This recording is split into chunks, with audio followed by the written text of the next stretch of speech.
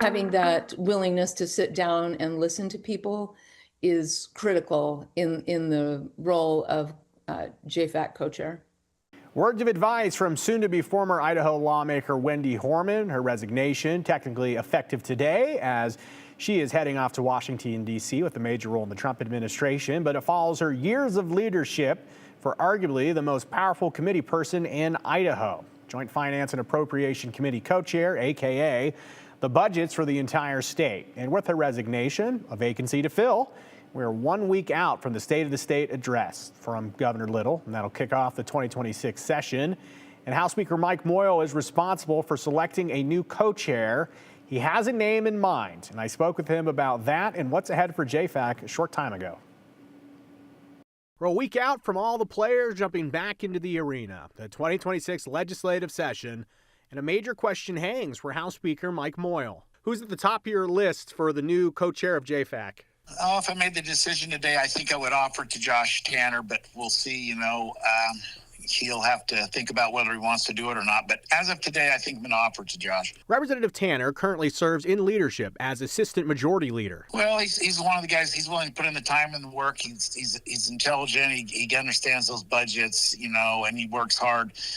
He'll do a good job if he accepts it. Whoever takes the job steps into a high-profile role that will be tasked with tackling the budget, one complicated by federal legislation, the One Big Beautiful Bill. Adds another several $100 million in tax cuts if the state chooses to accept those. And I think we'll accept all of them, or at least most of them, maybe not all of them, most of them. And so because of that, it's going to make a little bit of a dynamic on the budgets this year.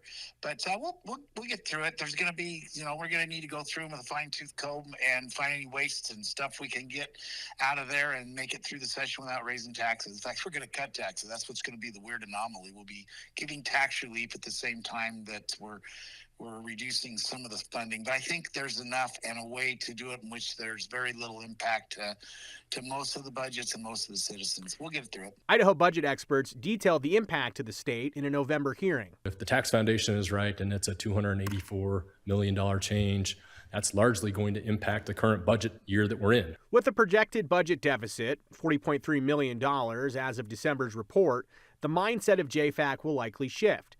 Representative Horman detailed that late last year. Instead of deciding how much we're going to add to budgets, by and large, we will be deciding how much we will trim. So it will be a very different mindset. It's a good comment.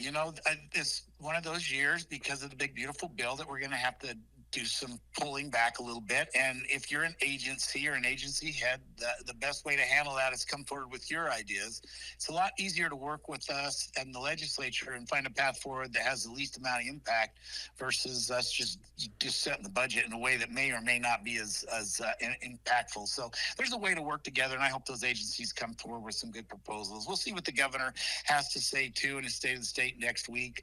That'll give us an idea of where he wants to go, and then the legislature can decide where they want to go after that. And a short time ago this afternoon, Representative Tanner emailed me saying he accepts the job, saying, quote, serving as co-chair of JFAC is a serious responsibility to Idaho taxpayers, saying that every dollar apportioned represents money trusted to us by working Idahoans.